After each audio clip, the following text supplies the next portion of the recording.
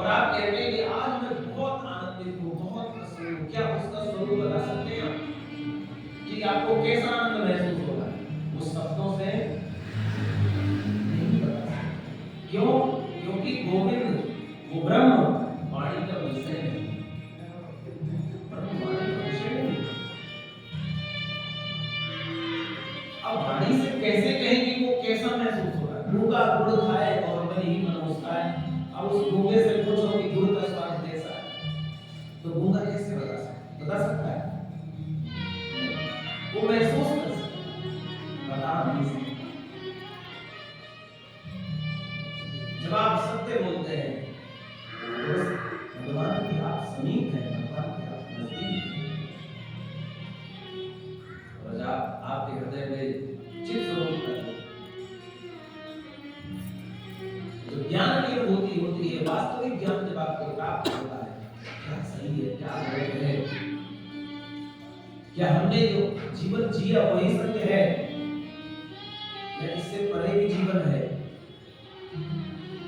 वास्तविक ज्ञान जिस दिन हो जाएगा उसी दिन आपको आनंद प्राप्त होगा। नहीं तो सांसारिक जो क्षणिक आनंद है कि रसगुल्ला खाया तो आनंद, रसगुल्ला खाया आनंद आ गया, बढ़िया नल्लक का गद्दा मिल गया, 12 इंची गद्दा मिल गया,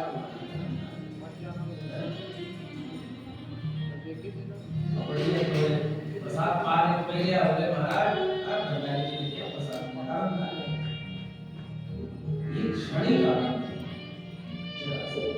आप कल्पना करके देखो, सांसारिक वस्तुओं में कभी कभी, क्योंकि प्रत्येक कण में ठाकुर जी विराजमान है, तो सांसारिक वस्तुओं में भी कभी कभी ठाकुर जी की जरा सी झलक दिखती है तो हमें स्वाद अच्छा लग जाता है, हमें कहीं संसार में थोड़ा सा सुख प्राप्त हो जाता है। वो ठाकुर जी की जरा सी झलक है। थोड़ी देर के लिए हमें कोई सुख मिलता है, हम कहते हैं आनंदित हो गए। आप विचार करो, अगर उस परमात्मा के हम बन जाए और परमात्मा हमें आनंद के सागर से जरा सा, वो आनंद की सागर की जरा सी बूंद प्रदान कर दे, तो जीवन ही आनंदमय हो जाएगा, संपूर्ण जीवन ही आनंदित हो जाएगा।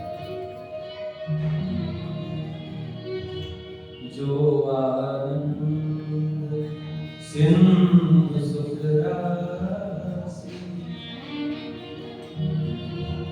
भगवान का स्वरूप कैसा है? जो आनंद के सिंधु, काय के सिंधु है, आनंद के सागर है, और हम सुख ढूंढते कहां? संसार। हमको लगता है संसार में सुख है। आपको एक बात बताएं, जितना आनंद 3 घंटे में प्राप्त होता है ना सत्संग में रह करके, 3 घंटे 4 घंटे जो सत्संग करते हैं, कथा करते हैं, कीर्तन करते हैं, भजन करते हैं, जो सुख जो आनंद यहाँ प्राप्त होता है, ये सुख किसी भी भौतिक वस्तु में नहीं होता, क्योंकि ये आनंद घटता नहीं है, आनंद बढ़ता है, बढ़ता है। संसार का आनंद तो ऐसा है, विषयानंद जिसे कहते हैं, वो ऐसा होता है कि थोड़ी देर रसगुल्ला खाया, जितनी देर वो जीवा में है उतनी देर आनंद आएगा, वो अंदर गया आनंद गया। लेकिन सत्संग ऐसा रसगुल्ला है महाराज, इसका आनंद कम होता ही नहीं, आनंद बढ़ता ही रहता, बढ़ता ही रहता। पिछले वर्ष आप सबने आनंद लिया है इसी भवन में, जो पिछले साल आए थे, मुझे हाथ उठाना कितने लोग, जो पिछले वर्ष थे यहाँ पे वो हाथ उठाना बस। और नए वाले कितने जो इस बार आए, तो जो पिछली बार आए थे उनसे पूछना यहाँ से जाने का मन कर रहा था क्या? कोई हमने इनको कुछ रिश्वत नहीं दी थी, कोई हमने कोई इनको दे दिया हो तो ये हमारे फेवर में हाथ बोल रहे हो? नहीं, किसी का जाने का मन नहीं कर रहा था। और ना किसी को नींद की परवाह थी, ना किसी को सर्दी की परवाह थी। यही 1-1 बजे 2-2 बजे रात तक बैठे होते थे और सुबह 4 बजे फिर से जग के बैठे होते थे। किसी को नींद नहीं आती थी, किसी को ज्यादा भूख नहीं लगती थी।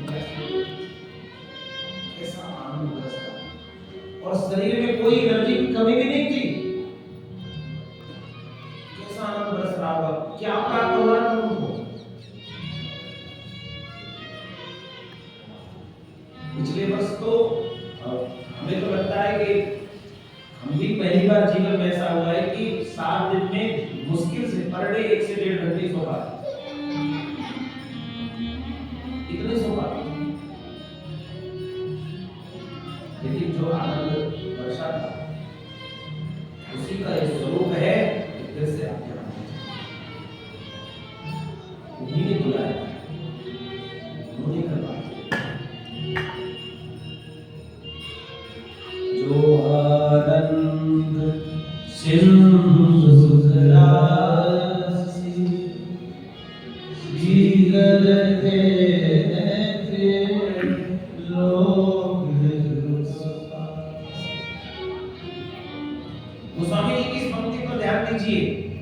जो आनंद सिंधु सुख राशि, जो आनंद के सिंधु हैं, सुखों की राशि है, उस आनंद के सिंधु का सीकर थे त्रिलोक सुखासी।